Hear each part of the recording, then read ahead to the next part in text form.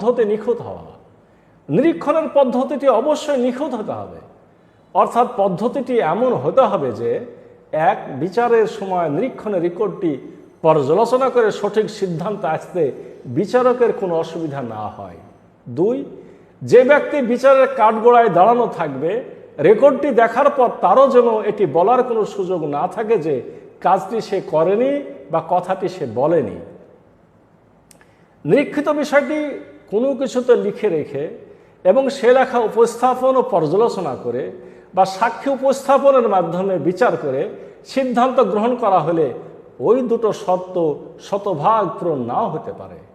অর্থাৎ বিচারক সঠিক সিদ্ধান্ত আসার ব্যাপারে শতভাগ নিশ্চয়তা নাও পেতে পারে বা অপরাধী তথ্যটি সত্য নয় বলে দাবিও করতে পারে। মানব সভ্যতার বর্তমান জ্ঞান অনুযায়ী নিরীক্ষণের যে পদ্ধতি উপরোক্ত দুটো শর্ত পূরণ করতে পারবে তা হচ্ছে ভিডিও নিরীক্ষণ পদ্ধতি। অর্থাৎ ওই শর্ত পূরণ করে বিচার করতে হলে প্রতিটি মানুষের 24 ঘন্টার সকল কর্মকাণ্ড ভিডিওর মাধ্যমে রেকর্ড করে রাখতে হবে এবং বিচারের সময় সেই ভিডিও রেকর্ড পর্যালোচনা করে সিদ্ধান্তে আসতে হবে। তাহলে বিচারক যেমন শতভাগ নিশ্চয়তা সহকারে সঠিক সিদ্ধান্তে আসতে পারবেন, তেমনি অপরাধী ব্যক্তির কাজটি করেনি বলে টু শব্দটি করারও অবকাশ থাকবে না। এ দৃষ্টিকোণ থেকে মানবরচিত আইনের অবস্থান কি? মানবরচিত আইন পৃথিবীর কোনো সরকারি সংস্থার পক্ষে সকল মানুষের 24 ঘন্টার প্রকাশ্য গোপন সব রেকর্ড বা কর্মকাণ্ড ভিডিও রেকর্ডের মাধ্যমে নিরীক্ষণ করা অসম্ভব ব্যাপার। এক্ষেত্রে কোরআনের আইন কি বলে? কোরআনের আইনে প্রাথমিক স্তরের অর্থাৎ দুনিয়ার বিচারের জন্য সকল মানুষের 24 ঘন্টার কর্মকাণ্ড ভিডিও রেকর্ডিংয়ের মাধ্যমে নিরীক্ষণ করা সম্ভব নয়, কারণ সেখানেও নিরীক্ষণকারীরা হবে মানুষ। কিন্তু কোরআনের আইনের চূড়ান্ত বিচারের জন্য সকল মানুষের 24 ঘন্টার সকল কর্মকাণ্ড ভিডিও রেকর্ডিংয়ের মাধ্যমে নিরীক্ষণ করা হচ্ছে। বিষয়টি কোরআনের আইনের প্রণেতা জানিয়েছেন সূরা ইনফিতার আয়াত 10 থেকে 12। আল্লাহ কি বলছেন? ওয়া ইন্না আলাইকুম লাহাফিজুন ওয়া ইন্না আলাইকুম লাহাফিজিন কিরামান কাতিবিনা ইয়ালামুনা মা তাফআলুন। আর অবশ্যই তোমাদের উপর রয়েছে তত্ত্বাবধায়কগণ, যারা সম্মানিত লেখক বা নিরীক্ষক, তারা জানে বা নিরীক্ষণ করে তোমরা দিন ও রাত প্রকাশ্য গোপনে যা করো। আয়াতের ব্যাখ্যায় পূর্বের তাফসীরকারকরা লিখেছেন, মানুষের 24 ঘন্টার কর্মকাণ্ড ফেরেশতারা লিখে রাখবেন।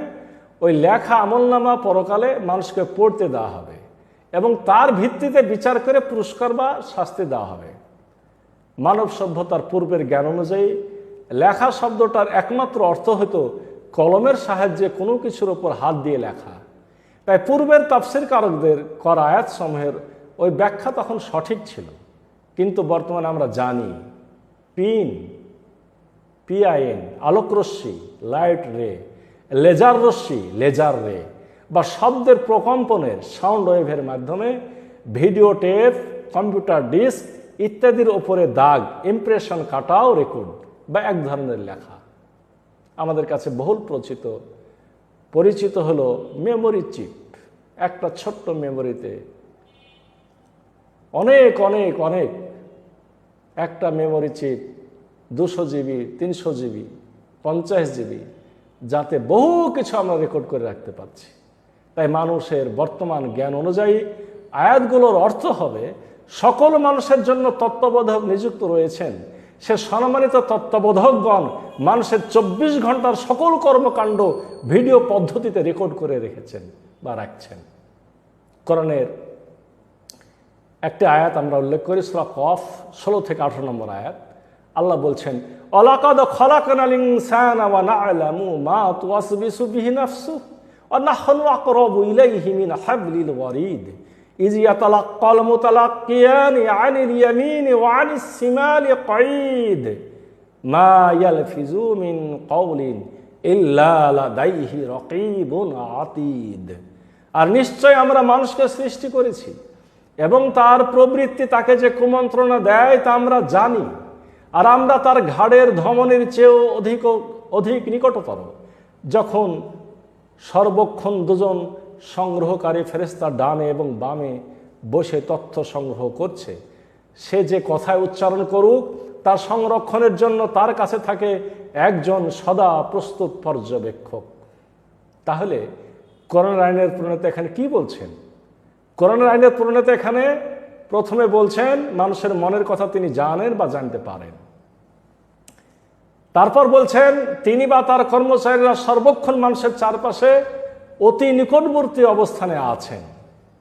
সবশেষে তিনি বলছেন দুজন ফেরেশতা মানুষের সাথে সর্বদা থাকেন এবং তারা মানুষের সকল কথা সংরক্ষণ করছেন। লক্ষণীয় হচ্ছে আল্লাহ এখানে ফেরেশতাদের সংরক্ষণ পদ্ধতি কি হবে সেটি নির্দিষ্ট না করে বরং উন্মুক্ত রেখেছেন। সুতরাং মানব সভ্যতার বর্তমান জ্ঞান অনুযায়ী বলা যায় সেই সংরক্ষণ পদ্ধতি হবে ভিডিও রেকর্ডিং।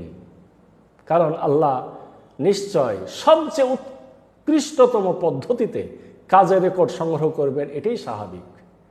আর কলম দিয়ে লেখা থেকে ভিডিও রেকর্ডিং যে অনেক অনেক উন্নত পদ্ধতি তা তো বলার অপেক্ষায় রাখে না।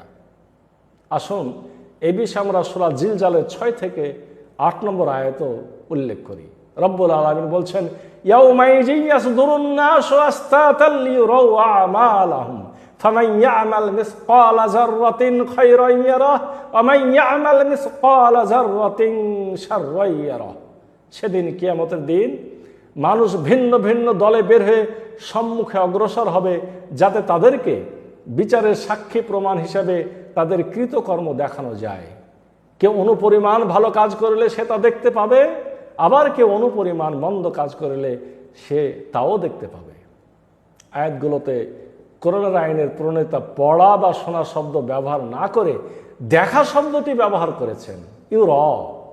তাই ওপরে বর্ণিত সূরা ইনফিতারের 10 থেকে 12 এবং সূরা কফের 16 থেকে 18 নম্বর আয়াতের ব্যাখ্যার সাথে এই আয়াত তিনটের বক্তব্য সমন্বয় করলে নিশ্চয়তা দিয়েই বলা যায় কোরআনের আইনের প্রণেতা এখানে বলেছেন মানুষের 24 ঘন্টার সকল কাজ তার গোয়েন্দা কর্মচারীরা ভিডিও পদ্ধতিতে রেকর্ড করে সংরক্ষণ করছেন। চূড়ান্ত বিচারের দিন ওই ভিডিও রেকর্ড বিচারের তথ্য প্রমাণ হিসেবে সকলকে দেখানো হবে।